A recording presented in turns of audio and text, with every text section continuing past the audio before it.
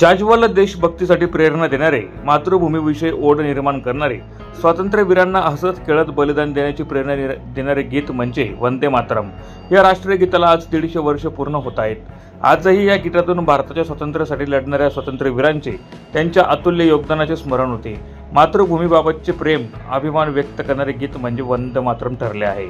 यामुळे आजपासून आपण एकमेकांना वंदे मातरम म्हणत अभिवादन करण्यास प्रारंभ करूया, असे आवाहन राज्याचे राजशिष्टाचार मंत्री व पणन मंत्री तथा जिल्ह्याचे पालकमंत्री जयकुमार रावल यांनी केले आहे. वंदे मातरम या राष्ट्रीय गीताच्या सार्ध शताब्दी महोत्सवानिमित्त सायंकाळी जमनालाल बजाज रोडवर देशभक्तीपर गीतांसह नृत्य व वंदे मातरम सामूहिक गायनाचा कार्यक्रम झाला. यावेळी पालकमंत्री रावल बोलत होते.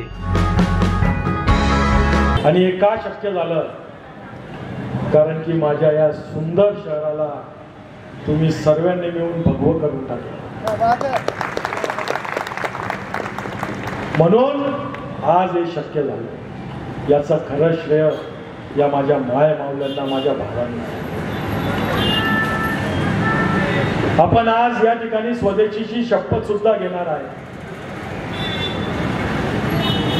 या देशाला जर जगद्गुरु करायचं असेल तर फक्त तोंडाच्या वाफा सोडून होणार नाही.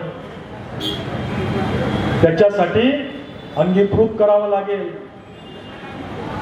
आणि आपण सर्वजण मिळून आज ती शपथ सुद्धा घेणार आहोत का आम्ही स्वदेशीच वापरू, स्वदेशीचंच उत्पन्न करू आणि येणाऱ्या पिढीला सुद्धा स्वदेशी वस्तूंचीच सवय लावू. तरच हा देश जगद्गुरु होईल. हे एकटे दुखते माननीय नरेंद्र मोदी साहेब किंवा देवेंद्र फडणवीस साहेबांचं काम नाही. तुमची साथ हवी आहे.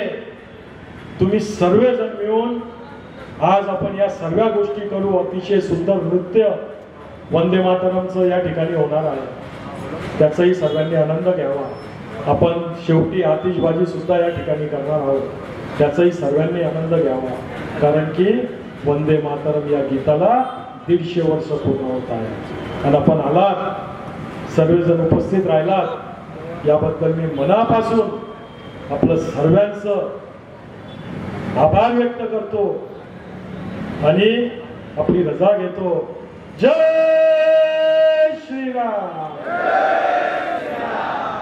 छत्रपती शिवाजी महाराज की भारत माता की असतो.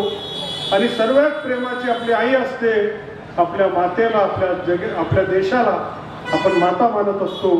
की जगात कुठलाही देश, कुठलेही लोक, कुठली सभ्यता ही आपल्या जमिनीला आपली माता मानत असतो आणि भारत ही माता आपल्या देशाला मानत असतो. आणि म्हणून सातत्याने वंदे मातरम म्हणून देशाबद्दल आपण प्रेरणा व्यक्त करत असतो.